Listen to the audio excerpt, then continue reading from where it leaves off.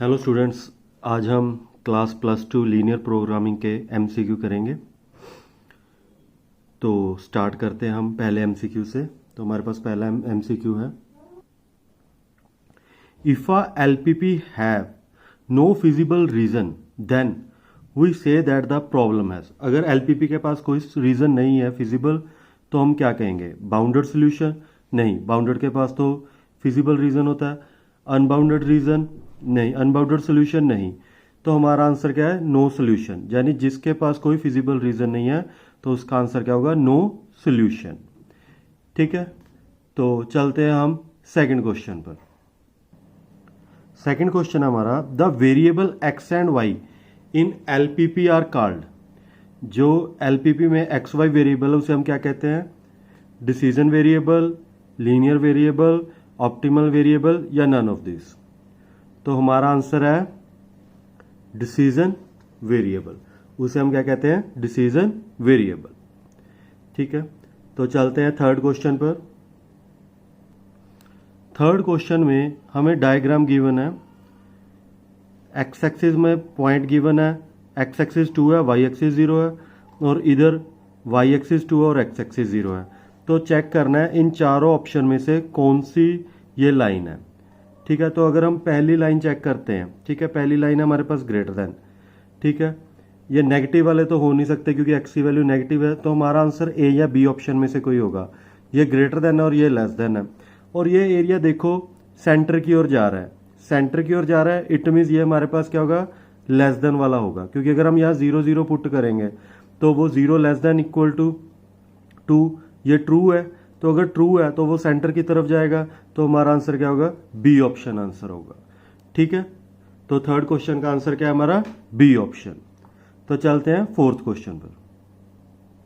Fourth question है हमारे पास, region represented by X greater than equal to 0, Y greater than equal to 0। इसका क्या मीनिंग है? इसका क्या मीनिंग है? जैसे हमारे पास ये ग्राफ है, ये एक्स एक्सिस है, वाई एक्सिस है, तो एक्स भी 0 से बड़ा, वाई भी 0 से बड़ा। अगर दोनों ही 0 से बड़े होंगे तो वो कौन से क्वाड्रेंट में लाई करेंगे? फर्स्ट क्वाड्रेंट में। तो इसका आंसर है, यानी अगर x greater than y greater than 0 है तो कौन से क्वाड्रेंट में लाई करेगा? फर्स्ट क्वाड्रेंट में। तो इसका आंसर है हमारा ए ऑप्शन। तो चलते हैं फिफ्थ क्वेश्चन पर। फिफ्थ क्वेश्चन है हमारे पास, the area of the feasible region for the following constraints. तो कंस्ट्रेंट्स हमारे पास दिया हुआ है 3y plus X greater than equal to 3। अब ये हमने बताना है ये बाउंडेड है, अनबाउंडेड है, कन्वेक्स है या कनकेव है। तो पहले हम इसका ग्राफ बना के देखते हैं। 3y प्लस एक्स 3, इसके हम पॉइंट निकालते हैं। अगर x को 0 पुट करते हैं तो y की वैल्यू 1 आएगी, अगर y को 0 पुट करते हैं तो x की वैल्यू 3 आएगी। तो इसका ग्राफ क्या होगा? 1 2 3 1 2 3, x 0 y 1 और x 3 y 0। ठीक है, ये लाइन है। अब हमारे पास क्या दिया हुआ? Greater than. अगर हम इसमें 0 0 पुट करते हैं, y 0 x 0, 0 greater than equal to 3, ये तो फॉल्स है, तो इसका एरिया क्या होगा? ऊपर की तरफ ड्रा होगा। तो ये कौन सा सोल्यूशन हुआ? Unbounded solution. तो फिफ्थ का आंसर क्या है? B option answer. तो चलते हैं सिक्स्थ क्वेश्चन पर। सिक्स्थ क्वेश्चन हमारे पास, the feasible region for an LPP show. हमें फिगर गिवन है और मिनिमम फंक्शन गिवन है z equal to 3x minus 4y, और हमने बताना है इन चारों पॉइंट में से कौन से पॉइंट में ये वैल्यू है मिनिमम है। तो हमने चेक करना पड़ेगा भी कौन से पॉइंट में मिनिमम है। तो हमारे पास क्वेश्चन गिवन है z 3x माइनस 4y। तो पहले हम इस पे o पॉइंट पुट करेंगे 0 0, तो z की वैल्यू क्या आ जाएगी? 3 इंटू 0 4 इंटू 0 0। फिर हम a पॉइंट पुट करेंगे 0 और 8, x 0 पुट करेंगे और y 8, तो ये क्या आ जाएगा हमारे पास? नेगेटिव 32। अब b पॉइंट पुट करेंगे, b पॉइंट है 4 और 10। अब x पर पहले हम 4 पुट करेंगे, 4 इंटू 3 हमारे पास 12, और 10 पुट करेंगे तो नेगेटिव 40। तो 40 में से 12 गए तो हमारे पास क्या आ जाएगा? नेगेटिव 28। तो ये वैल्यू हमारे पास आएगी -28। अब हम सी पॉइंट पुट करेंगे। सी पॉइंट है हमारे पास 6 और 8, तो z क्या आ जाएगा हमारे पास 6 × 3 18, 8 × 4 32। अब 32 में से 18 सब्ट्रैक्ट करेंगे तो हमारे पास क्या आ जाएगा -14। अब हम डी पॉइंट पुट करके देखेंगे। डी पॉइंट है हमारे पास 6 और 5, तो 6 5 पुट करेंगे तो 6 × 3 18, 5 × 4 20, तो z हमारे पास क्या आ जाएगा -2। अब हमारे पास लास्ट पॉइंट है ई। ई पॉइंट पुट करेंगे 5 और 0, तो z हमारे पास कितना आ जाएगा, तो 5 × 3 15 और 0। तो अब हमारे पास मिनिमम वैल्यू किस पॉइंट पे आई है -32 ए पॉइंट पे। तो हमारा 6th का आंसर क्या होगा बी ऑप्शन 0 और 8, यानी इस फिजिबल रीजन का मिनिमम पॉइंट क्या है x 0 और y 8। ठीक है, तो चलते हैं हम नेक्स्ट क्वेश्चन पे। 7th क्वेश्चन है हमारे पास the maximum value of z। z हमें मैक्सिमम गिवन है 4x + 2y और सब्जेक्ट टू कंस्ट्रेंट्स गिवन है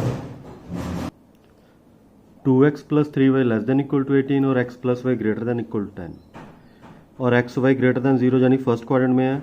हमें इसकी मैक्सिमम वैल्यू फाइंड आउट करनी है। ए ऑप्शन 36, बी 40, सी 30 और D option none of this. तो पहले हमें इसे ग्राफ ड्रा करना होगा।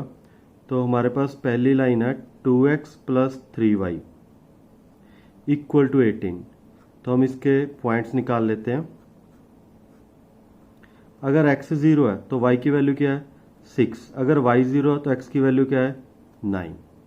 ठीक है, क्योंकि x 0 पुट करोगे तो y की वैल्यू 6 आएगी, अगर y 0 पुट करोगे तो x की वैल्यू 9 आएगी। इसी तरह सेकंड जो लाइन है x 0 y 10, y 0 x 10। अब हम इसका ग्राफ ड्रा करते हैं।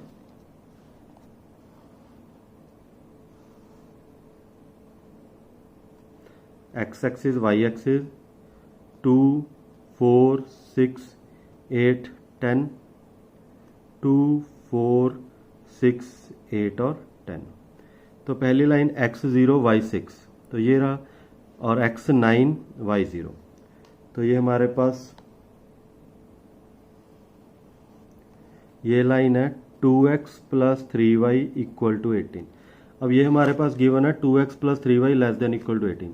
अगर हम x और y 0 पुट करते हैं तो 0 <= 18, तो ये ट्रू है। तो ट्रू है तो इट मीन्स ये लाइन से नीचे वाला एरिया ड्रा होगा। सेकंड लाइन है x 0 y 10, x 0 y 10 और x 10 y 0। अब इन दोनों पॉइंट्स को मिलाते हैं।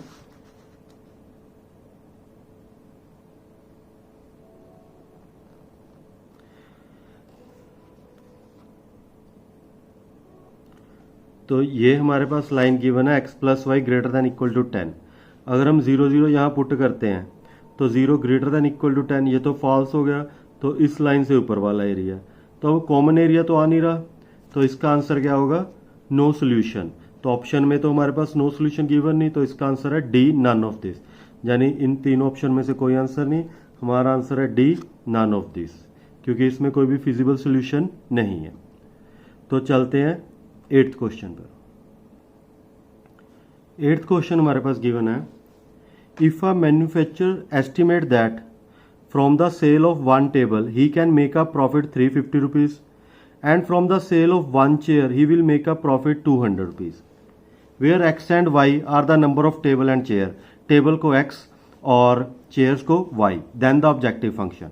अब प्रॉफिट की बात है तो इट मीन्स मैक्सिमम का क्वेश्चन है, तो चार ऑप्शन ही मैक्सिमम में ही है। ठीक है, ये तो क्लियर हो गया। अब पहली ऑप्शन है 350x - 200y। नेगेटिव तो आएगा नहीं क्योंकि प्रॉफिट टोटल फाइंड आउट करना है। ठीक है, तो पहली ऑप्शन तो आंसर नहीं है। दूसरी ऑप्शन है 350x + 350y। चेयर और टेबल पे अलग अलग प्रॉफिट है, लेकिन इसमें सेम दिखाया हुआ है, तो ये भी आंसर नहीं। डी ऑप्शन 200x 350y, लेकिन चेयर पे टेबल पे हमारे 350 प्रॉफिट है, इन्होंने 200 दिखाया, तो डी ऑप्शन भी आंसर नहीं। तो हमारा आंसर है सी ऑप्शन। टेबल पे 350 प्रॉफिट है और चेयर पे 200 प्रॉफिट है, तो 8th का आंसर है सी ऑप्शन। तो चलते हैं 9th क्वेश्चन में। Question number 9, objective function of a linear programming. Objective function linear programming को क्या बोलते हैं? ए कंस्ट्रेंट्स नहीं, a relation between the variables नहीं, उसे बोलते हैं function to be optimise.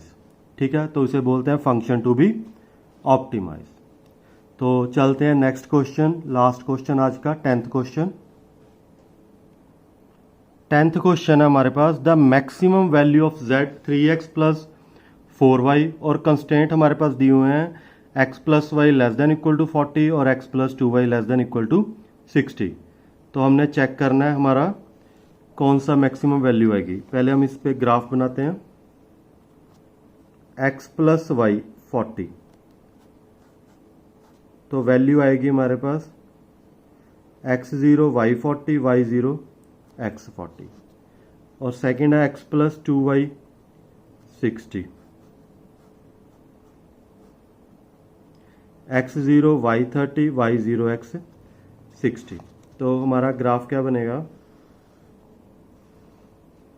x axis y axis maximum 60 तक है, तो 10 20 30 40 50 और 60, 10 20 30 40 50 और 60।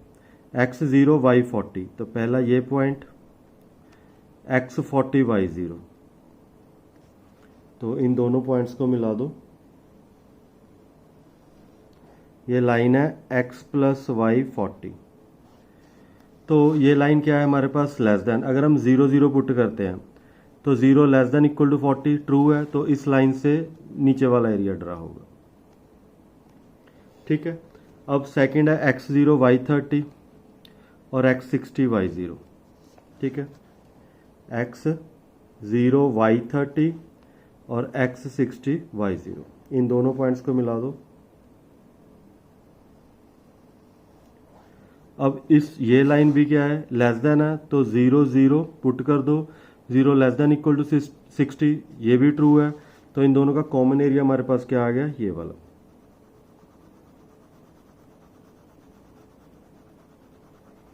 अब इस कॉमन एरिया को कौन कौन सा पॉइंट टच कर रहा है? एक तो ये 0 0, एक ए पॉइंट है 0 30, एक बी पॉइंट हमने फाइंड आउट करना है, एक सी पॉइंट है हमारे पास 40 और 0 x 40 y 0। ठीक है, अब बी पॉइंट फाइंड आउट करना है, तो बी पॉइंट फाइंड आउट करने के लिए हम इसे एलिमिनेशन मेथड से सॉल्व करके फाइंड आउट कर लेंगे। Cancel, y negative 2y is negative y, और नेगेटिव 20 y की वैल्यू 20। अगर y 20 है तो x भी क्या आएगा? 20। तो ये पॉइंट है 20 और 20। अब a b c और d, ये सभी पॉइंट को क्वेश्चन में पुट कर दो। ठीक है, तो क्वेश्चन हमारे पास 3x 4y, तो पहले हम o पुट करेंगे 0 0, तो z 0 आ जाएगा, फिर a पॉइंट 0 30, तो z कितना आ जाएगा? 30 इंटू 4 120, फिर b पॉइंट 20 और 20, तो z कितना आ जाएगा? 20 इंटू 3 60, और 20 इंटू 4 80, और 80 प्लस 60 140, तो ये आ जाएगा 140। सी पॉइंट है हमारे पास 40 और 0, तो z क्या आएगा? 40 और 3 कितना आ जाएगा? 4 इंटू 3 12, तो ये कितना आ जाएगा हमारे पास? 120।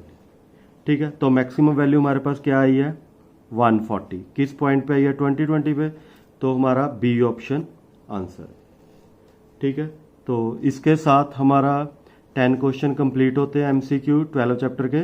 नेक्स्ट वीडियो में नेक्स्ट चैप्टर के MCQ करेंगे। Thanks for watching and subscribe.